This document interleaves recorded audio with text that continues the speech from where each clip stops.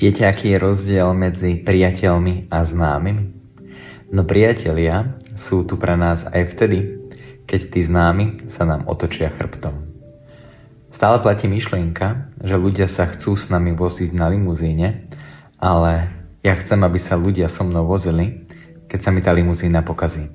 Inými slovami je jednoducho povedané, aby tam boli so mnou nie preto, lebo mám určitú moc, pozíciu alebo status, ale aby tam boli so mnou preto, lebo som to ja.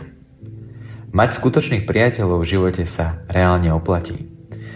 Často zistíme, že v núdzi spoznáš priateľa. A skutoční priatelia sú tí priatelia, ktorí sú s nami preto, lebo sme to my, a nie preto, lebo máme konkrétnu pozíciu, rolu alebo status.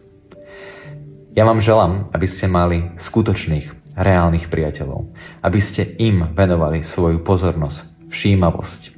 Aby to nešlo na úkor pozornosti, ktorú venujete svojim známym.